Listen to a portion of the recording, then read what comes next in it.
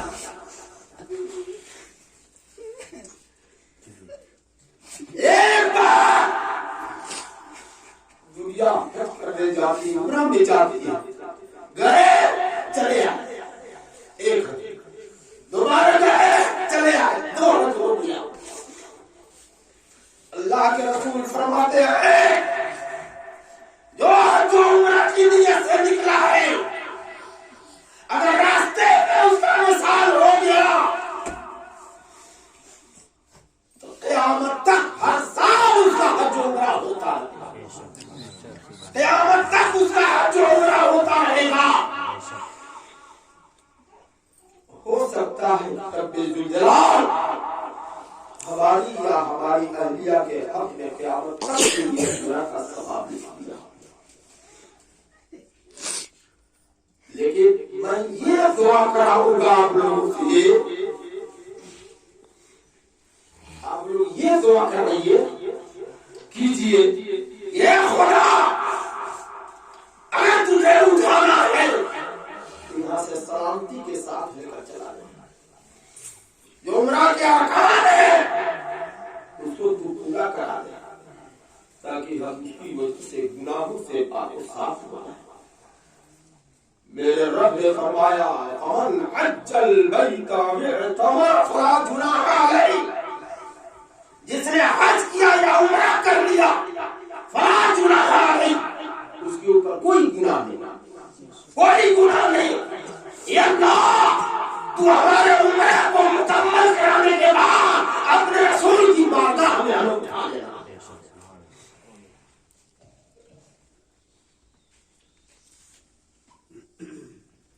مرنا تمہیں کو سب کو، اس میں سے کسی کو اختلاف نہیں، کوئی انکار نہیں کر سکتا ہے. اور جب بھی ماں مرے، باپ مرے، بیٹا مرے، بیوی مرے، چاہے وہ جوان ہو کہ بوڑھے ہو، لمڑے ہو کہ دلہے ہو، مگر اولاد کو اور ماں باپ کو تکلیف ضرور ہوتی ہے. جب تکلیف ہونا ہی ہونا ہے، یہاں مریں گے تو بھی تکلیف، وہاں مریں گے تو بھی تکلیف. کیوں ہم ایسے دربار میں ہماری روح قبض ہوئے کہ جہاں قیامت تک ہم کے ثواب ہی ثواب ملتا چلا جائے. اللہ کے رسول نے فرمایا جب تم مرو تو نیک لوگوں کے پہلو میں مت سنو، نیکوں کے اوپر رحمت برستی ہے، ان کے پہلو میں رہو گے تو تمہاری مغفرت ہو جائے.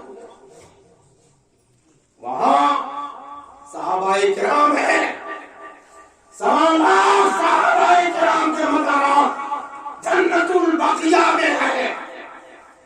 میرے آقا نے فرمایا جتنے صحابی ہیں سب کے سب جنتی. اگر ہم وہاں رہ جاتے ہیں تو جنتیوں کے جھومٹ میں آدھی سے رہے. دنیا تو ہمیں چھوڑنا ہی ہے، آج چھوڑے کل چھوڑے، تو کیوں نہ ہم صحابہ کرام کے جھومٹ، کیوں نہ ہم جنتیوں کے جھومٹ میں چلے جائیں جہاں پر راتوں دن رحمتیں برستی ہیں. آپ سمجھتے ہو کہ مخدوم کا دربار بہت بڑا ہے، خواجہ کا دربار اس سے بڑا ہے، غوث پاک کا بڑا اس سے بھی بڑا دربار ہے. اب صحابی کے سامنے کوئی کتنا بڑا کتب ابدال کیوں نہ ہو جائے تو کبھی بھی کوئی بزرگ کی صحابی کے درجے کو نہیں پہنچ سکتا. تو غوث خواجہ قطب کے پاس جا کر فخر حاصل کرتے ہو میں خواجہ کیا گیا سے سالار مسعود کیا بالائی شریف چلا گیا, دلی پیر شریف چلا گیا, دلی نظام الدین اولیاء کے پاس چلا گیا, فخر سے تمہارا سر اونچا ہو جاتا. جب ان بزرگوں کے دربار میں جانے سے تم فخر حاصل ہوتا ہے تو ان صحابہ کرام کے جھوٹ میں چلا جائے اس کا کیا حال ہے؟ جو رسول پاک کے دیار میں چلا جائے اس کے مرنے کو کیا کرنا ہے؟ مرنا تو ہے ضرور, اس کو کوئی روک نہیں سکتا. ہر بچے کو یقین و اطمینان ہے کیوں نہ ہم اسی آقا کی گدی کی.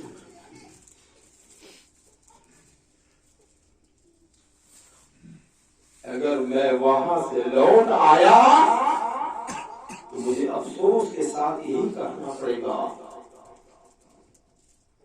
کتنا بد نصیب تھا نثار کہ 2 گز زمین نہ مل سکی پورے یار. کتنا بد نصیب تھا نثار کہ 2 گز زمین نہ مل سکی پورے یار. اللہ کے رسول بس ہمارے لیے 2 گز زمین اپنے دربار میں مقیدہ فرما دیجیے, 2 گز زمین دے دیجیے اللہ کے رسول.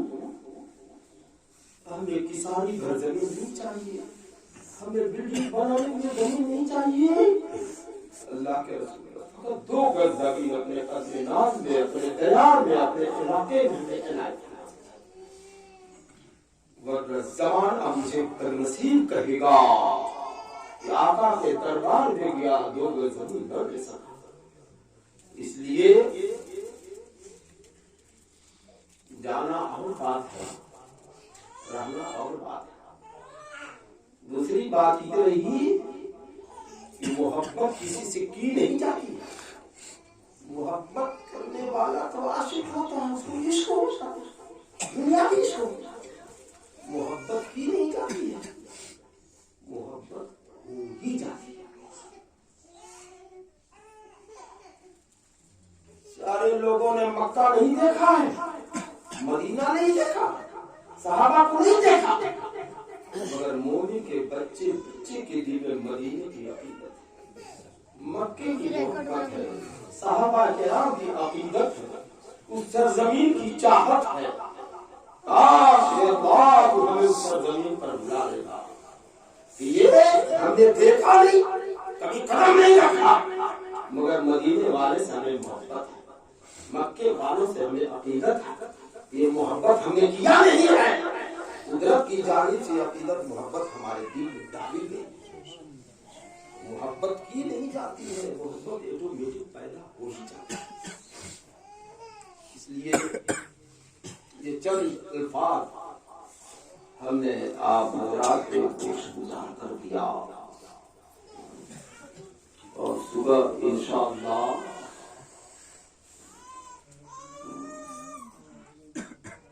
7 بجے